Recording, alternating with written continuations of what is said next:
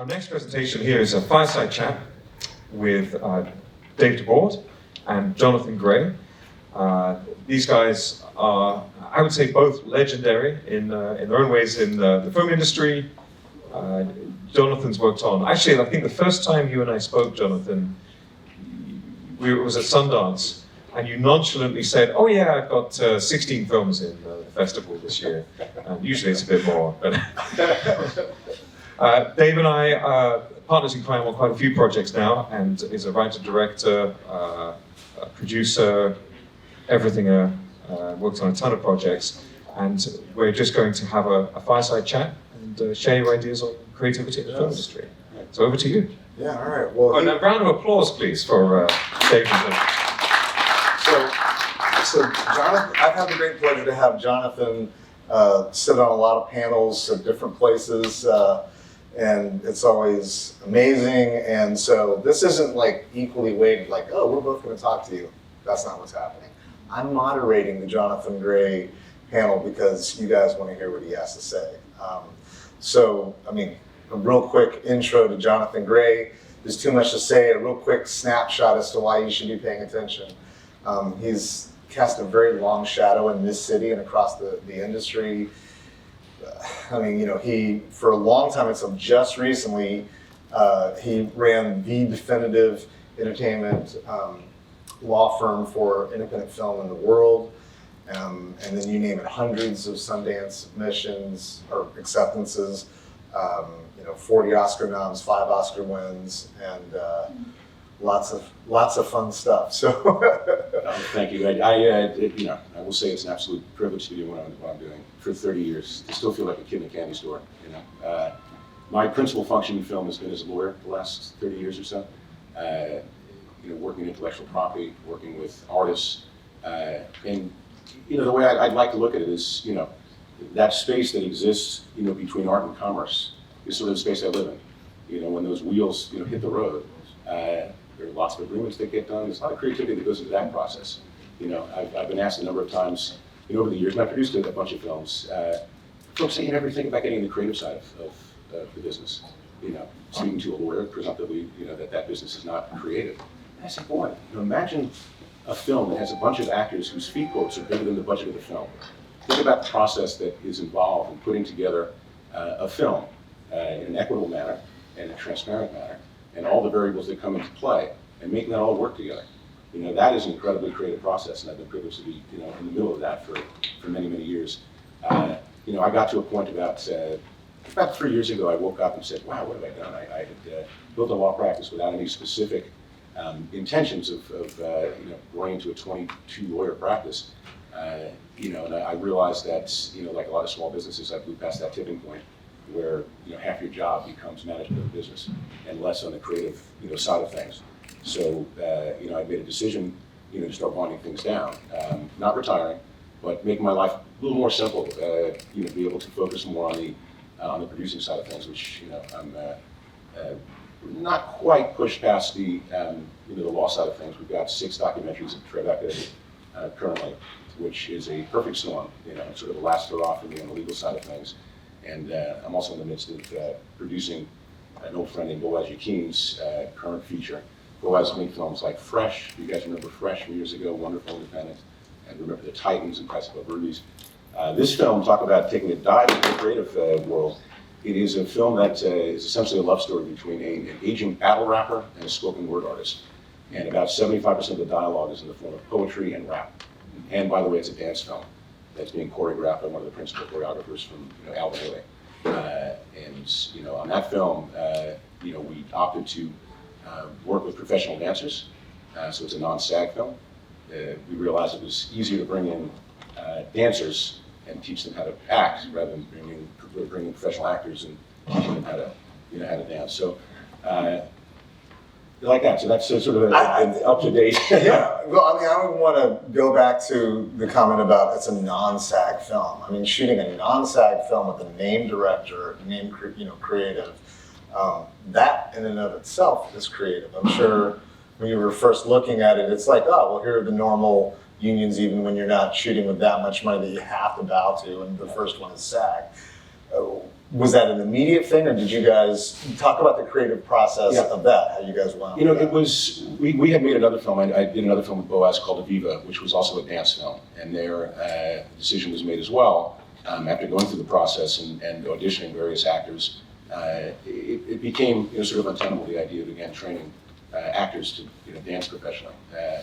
So the decision wasn't that difficult, you know, to do. And frankly, it's, you know, it was so much about, you know, engendering and facilitating and, you know, supporting the, you know, the creativity of the artists we're working with. You know, our casting took place through Alvin Ailey and through Juilliard, you know, and, you know, we wanted to have, you know, artists that were representative of the nature of the film, you know. We also cast, you know, actual rappers, you know, like that, you know, having battle rap sequences, you know, letting the artists, you know, sort of do their own thing. You know, there was a script, and Boaz is very, you know, thoughtful, you know, in the process, understanding that each of the performers that were coming in would have their own voices. So he worked with each of these artists in cultivating the, you know, the lyrics, cultivating the poetry, cultivating the raps in a manner that was, you know, always advancing the story, but embracing the artist's own voices. You know, Given a framework that keeps the story moving, but it's like, here's all this creativity you can have within these boundaries, which, you know, just thinking generally of creativity, I find, and I think a lot of people do, that when you have, you know, not encumbrances, but, you know, limitations, you're like, okay, this is the area that you're allowed to play in, don't go beyond this. It, you know, to me, that makes you more creative, that pushes you toward that. Even, you know, again, with the SAG thing, it's like, well, look, why do we have to go SAG? We'll get people that actually know how to do this. And then the acting part of it, you have, I guess the consideration there was you had that director who had all that success. Right? Yeah, Boaz is, you know, very experienced. He's, you know, wonderful in working with, you know, with the actors and again, embracing what the actors and the performers, I should say, are bringing to the table. You know, whether it be in the form of their poetry, you know, or their dance, you know, their movement. You know, working within those bounds. And I think you're right. You know, having a structure that you need to work in does engender creativity. You know, and there are rules to the game. There's a budget. There's a certain number of hours per day. There are locations that you have to work within the confines of. As soon as you step in, you know, into a location, we're shooting all around New York. You know, we shot last week in Fort Totten, where you take a step into Fort Totten, which was built right before the Civil War, and you can't imagine you're in New York. You know, we brought in a fog machine. It looks like we're in Southeast Asia, stepping out of, you know, out of a dream into a, you know, incredible structures that are, you know, 150, 200 years old. We shot earlier this week in a warehouse in Brooklyn. The interior of it looks like an Escher drawing. You know, and when you walk into these locations, again, that's when the spark hits, and you realize, you know, here's how we're going to shoot it. Here's where we're going to live. Here's where the camera's going to live. I mean, some of this may be obvious, but it's kind of amazing. You know, the palette that you're working with, you know, in film, you start with a script. There's a structure there. Bring in all the talent, the costumes, you know, the wardrobe, even the makeup. You know, it's also essential, you know, to what the end result is. I stepped into, you know, into film really as a kid. You know, I never had any aspirations as a director. It's my great blessing. You know, no perceived talent or aspirations as a director. Like, you know, I can really only function if I'm doing 100 things at once. So I've been able to, you know, produce, you know, various projects, you know, simultaneously. And the collaboration involved in film, I've never seen anything like it. I mean, you're talking about, you know, 10 different departments, you know, or 20 different departments that you're, you know, I like to say it's not a matter of the number of lunatics in the asylum. There's a bunch of different asylums, you know, and getting folks to, you know, creating an environment again where folks are, you know, able to play together, if you will, you know, in a manner that's constructive. And there's always an acknowledgement that this collaboration is adding up to something that is greater than the parts. You know, it's a pretty amazing, you know, place to play. And as I said, you step foot in the Fort Totten, you step foot, you know, into, you know, we have one location that was so small, you know, it's difficult to try to figure out even how you're going to set up the camera. And that's great. You know, that is when all of a sudden, you know, all the wheels start turning and you're trying to figure out again how to work within certain parameters.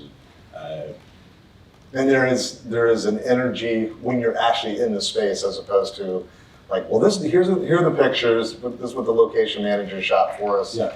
being there, feeling it, and then listening and smelling it, you're like, okay, here's how. And then dealing with neighbors, or dealing with, Right. with having security, in certain locations, and just those practical realities, which add to the energy, which add to the, the creativity, if you will. So you're producing on that. I know that you're producing. You're really focusing on producing really a lot of docs right now, and you've done a ton of those. Just a couple of years ago, I was watching the Oscars, and then all of a sudden, your project was it won for Best Feature Doc, and that was American Factory. And then even on that one, you talked a little bit about, you had to do, there was a creativity that went into even negotiating with another country. Yeah, I mean, I was production counsel in American Factory, which was an incredible privilege. And when I first met the filmmakers, Julia Reichert and Steve Wognar, they had not worked with a lawyer before. They were very established filmmakers, and they just sort of winged it throughout their career. And this was a bigger project. They were working with a company called Participant. It's a wonderful company, and because it was all being shot in a autoglass factory in Dayton, Ohio, and the big foundational deal was the access to the facility to be able to make this film. And who would be crazy enough to let folks in, to that intimate surrounding, running a business to shoot a film over the course of a year, year and a half. So my first thought was, I gotta go see the place. Like, how can I do an agreement when I don't sort of have a handle on, what the facility is, what may be confidential, what areas are accessible or not accessible, and also meeting the people. So because they're the ones who are okaying or denying. Yeah, and being able to look someone in the eyes. Right. And lawyers, I think, and it's probably well earned, have a reputation. There's lots of lawyer jokes, and I get it. I like to do my best to humanize the process. And even working with a location, working with subjects, it's a collaborative endeavor. So I went to the factory, spent a couple of days there, met the lawyer who was a Chinese lawyer working in the U.S. And it was sort of a perfect way to do it, to be able to have a greater understanding of the parameters that the documentary was going to be focused on. And then during the process, whenever there was an issue that popped up, talking to somebody other than the phone that you actually have a relationship with, is significant. So it would save time, I would assume. Yeah, and I'm not sure. I think everything we do is ostensibly, creative. What we bring to the table is a product of who we are, and it's all contextual based upon our experiences. For me during that film, I probably talked to the Chinese lawyer 100 times over the course of a year and a half. 50 times. It wasn't a daily event, but it was a couple of times a week, just expressing concerns that weren't dictating the process. But and I think that having produced a bunch of films and lawyering in the same business, I think is important. I don't think like every music lawyer doesn't have to be a musician, but being able to speak the same language as your clients, being able to have an understanding of what it means to be at the front line, to be not to be removed from the process, I think has been a real benefit for me. So talk about so that's sort of, I mentioned that because I knew that you did legal counsel, and there was a lot of, like what you just described, a lot of creativity there and interpersonal interactions, but you also produce a lot. Let's talk about producing a doc. Yeah. There's a structure. Talk about how do you bring that along? How do you bring the director along, the script as it was, were, and all the things that are involved as with the producer cap on. I can talk about the Dean Martin project. I sort of fortuitously about 3 years ago met a woman who represents intellectual property for celebrities in the States, and she mentioned going through a list of folks that she was working with. Dean Martin. I said, Dean Martin. I'm a huge Sinatra fan, but Dean Martin's the king of cool. I've never seen that documentary. I don't know about this person. I know who he is in the world. She introduced me to the trustee. We hit it off. I had an odd background. I grew up in casinos and the son of a professional gambler, so I got to meet Dean Martin when I was an infant, basically. And that for me, my first thought was a director that I've worked with for a number of years named Joe Berlinger. He's a very statured documentary director. I picked up the phone and called Joe, who jumps back and forth between like serial killers and musicians. You'll do Ted Bundy and then Paul Simon. You know, Are they really that different? No. So with Dean Martin, we're talking about a 50-year career. Like, where do you even begin with that? And how do you maintain interest now in a world in which you can talk to folks in their 20s or 30s and maybe half of them will even know who Dean Martin is. So how do you sort of dive into that pool creatively to figure out what is going to be of interest? Because that's really, you have all this info, all this history, and then it's like, it's not about pushing everything into the thing, it's about what are we. That's it. You've got 50 years of radio, television, stage, music. I mean, he covered, the entire entertainment, industry, literally over 40, 50, years. So, bringing structure to that, in a manner that's, because we are working in a business, it is that art meeting commerce. Who's going to be interested on the buyer side of doing this? So, Joe and I realized, from the get-go, we needed to focus on contemporizing it in certain ways. The estate has a list of contemporary celebrities that have been in contact because they're inspired or influenced by Dean Martin. So once we saw that list, ranging from Beyonce and Jay-Z to Justin Timberlake to Iggy Pop, of all people, Kimmel. Well, yeah, Jimmy Kimmel, but so we decided we wanted to have each hour of a 4-hour doc series because there's actually too much content to stick it into a feature. Each of the hours will feature performance by a contemporary artist doing a cover interpretation of one of Dean's songs, and have a verite interview, in studio, and with them, and talking about their creative process and how they've been inspired by this person. A lot of them it's music. Some of it is just the style. Dean Martin, wore a tuxedo like most people wear pajamas. And that is an ongoing process, as you know. We've been developing it for a couple of years. That to me was always, go big or go home. It's Dean Martin after all. Well, I want to talk about that bigger go home with this project. So, your director has a great track record. You have an enormous resume, and yet still, and this is for those who are filmmakers, you are trying to develop a project, you are trying to raise money.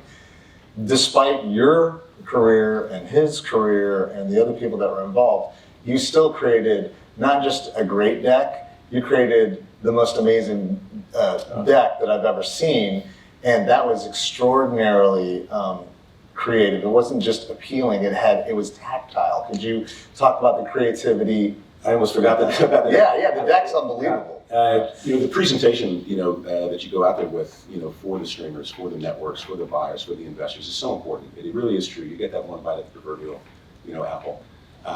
We decided to do the deck as a record album, and we actually made about 10 hand-sewn, albums that, right from the get-go, it's one sort of thesis for the film. It's a quote from his wife. Jean Martin was the love of his life. She was with him for about 22 years. And the quote was, "When I met Dean Martin, I knew nothing about him, and it was love at first sight. 22 years later, I still know nothing about him." And this is Dean. If you know who Dean Martin is, the presumption is he's kind of a boozer. He always had a rocks glass with scotch. He was drinking apple juice. He wasn't drinking scotch. It was all a facade. He always had something in front of him. If it wasn't the rocks glass, it was Jerry Lewis. It wasn't Jerry Lewis, it was the Rat Pack. He would have parties in his home and call the cops on his own parties. Folks don't notice about Dean Martin. So the deck we made, it's a lot of pretty pictures, but it was also so much about the copy, so much about being able to tell the story in a manner that was compelling. And some of the detail, even like down to like a ticket. Oh, we had so many, that, I call them stocking stuffers. The ephemera in the deck that we put there. It was a tribute performance for Martin Luther King that they did at Carnegie Hall, and I found tickets, pictures of tickets online, and we're working with a graphic designer, and I sent her the tickets, and she found the exact same paper, did them. I mean, you could get into Carnegie Hall with them almost with the seat numbers, and even made an envelope on her own accord, and it's amazing. We had a telegram that we did on the original sort of Western Union telegram paper. That's it's a telegram that Dean Martin sent to Elvis Presley when he did something that Elvis never did, which was to top the Beatles on the charts, right? Hard Day's Night, he beat with Everybody Loves Somebody. And the telegram to Elvis said, because Elvis never beat the Beatles on the charts, so his telegram to Elvis was, Dear Elvis, you couldn't take care of the Beatles, so I did it for you, pal. He loved Dino. So we made the original telegram on that special paper and put it in a little Western Union envelope, and put together a contact sheet of images that we had from the estate. Of every sort of phase of Dean Martin. It was an incredible process, and when you're why did you feel like you needed to? Again, your resume, the director's resume. We don't have to do this, but you did do it. Well, you don't have to. We didn't have to do it. I was completely inspired to do it, and from my perspective, having seen so many decks over so many years, and been so underwhelmed, when I get a deck from filmmakers that they'll misspell their character's name. It'll be clip art, and when you're asking somebody even to pay attention and to take their time to dive into the material that you're providing to them, and you're not showing that you care enough, to make the effort to do something creative, to do something different, to express how you're going to tell the story, that to me was easy. We wanted to do something special. The material was there, all the resources were there, and the resources, frankly, are the human resources. Working with a production designer, who has sort of created a cottage business now of creating decks, from this experience. Staying up to all hours of the night because I'm pouring through images online, and information online about demons all coming together. It is, that's completely self-serving. It is an extraordinary deck. It blows people, away. When we sent we were in discussions with Jimmy Fallon's team for about 6 months. He's a huge Dean fan. And a mutual friend. We sent him the deck, and it's now living as art, in his house in Sagaponack. And forgive me for name dropping, but it's sitting in his house in Sagaponack. He lives next door to one of the heads of Universal Music, a woman named Michelle Anthony, who was visiting him and saw the deck and was like, "My God, what is this?" So now I'm getting an incoming call from the head of Universal, who controls half the masters. It's like, holy shit! Like, it's because we put the time and effort into it. I'm developing another project, a satire about Ayn Rand, called Icarus Beats the Sun. And that project, which it is an absolute sort of gut punch satire. Ayn Rand, if you don't know, wrote books like The Fountainhead and Atlas Shrugged. So the conceit of the deck, one night I was like, wow, I want to do this as a Life magazine, as a 1949 Life magazine. That was her heyday, so when The Fountainhead came out. And the conceit of the deck is that, and it's all art fiction, the publishers of this very programmed magazine called Individual Me have obtained a copy of our screenplay by posing as investors in the independent film world. And the entire central article of the magazine is a hit piece about our script called The Audacity of Ayn Rand's Critics. And it sort of pokes fun, at us. There's an interview, again, of our devise with Anne and her long-suffering husband, which is not lifted from our script, but it's the same cadence, same manner of speech, and it gives you a sense of what it looks and feels like. Every single advertisement, we made using the original advertisements, but leaning into Fountainhead and Atlas Shrugged, the names, the characters, the themes, letters to the editor, letters from the editor. The greatest compliment I get when I give somebody that deck is, I don't understand, you made this? And I was like, well, yeah, again, working with really interesting, creative, and talented people, and putting the time and effort into it. What satisfaction, there is. What that end result. It's like when you get to work on movies. Like the great joy for me, I could never work in development where nothing got made. That would drive me batty. But at the end of the day, I'll be going to see a screening tonight of a documentary I worked on, and wow, it's like whatever contribution I made. Like I still sit there at the end of it watching the credits go by. I'm one of those nerds, not just to see my name. It's like, wow, look at that. There's like 1,800 credits that pass by, and everyone made a contribution to whatever this is. And I got to say, I'm inspired to be sitting here. It's going to sound religious, I don't mean it as such, but it's never lost to me. If we're not here to serve something greater than we are, then what the heck are we doing? Absolutely. It's not that complicated, Yeah. And again, that's not a religious statement. It's just like, shit, I get to work in a collaborative medium, make a contribution. And I still see a film that goes by. The older you get, the more that becomes real. Yeah. We're supposed to do Q&A, but he was so freaking amazing. I'm sorry. One question? Does anybody have, well, good, because nobody has a question. Anybody question? One good? Yes. Did you do the documentary about Dean Martin on CCM? I saw the documentary. No, that's actually old friends of mine. A wonderful documentary directed by Tom Donahue, which I was aware of the project. That was not an authorized Dean Martin documentary. It was a little awkward at first because I've made films with those guys before. I actually was a producer on Tom's one of his first films. But it's a very different project. Mine is more of an entertainment event, if you will. But yeah, that was a doc in my suit this past year. Well, I know we're out of time. Oh, well, where is he? Is Maxim? Do we have time for another question? One question. Okay, you pick it because I'm going to get hit if I. All right, go ahead. Thank you. Hi, I'm Lauren. Hi. And I'm a member of the Screen Actors Guild. And being on set, I completely understand the same ambiance that you are sharing. And it's just so beautiful to hear. What are some unexpected memories you've made on film? Memory. Or memory. One. Just one. Boy. We always complain about this. We're like, we need 3 hours. Well, I mean, I can tell you, in the last week, and this is sort of unexpected, our choreographer broke his ankle on set, and that's, and then you have to figure out from that moment, I feel like I'm maybe, forcing this into the creative side of things, but when an integral part of your team, goes down, he's okay, he's fine, like he'll be fine, but, and all of a sudden you're missing the person that's basically directing all the dance action. Boy, that causes you to have to. And that's a central piece. It's a hugely central piece. So thankfully he had an assistant we were able to bring in from Philadelphia that was familiar with a lot of the dances, and every day is a new memory. Every day is a new challenge. Every day is trying to figure out how to pivot to make things work while keeping everybody together. Awesome, guys. Thank you so much. Thank you, John.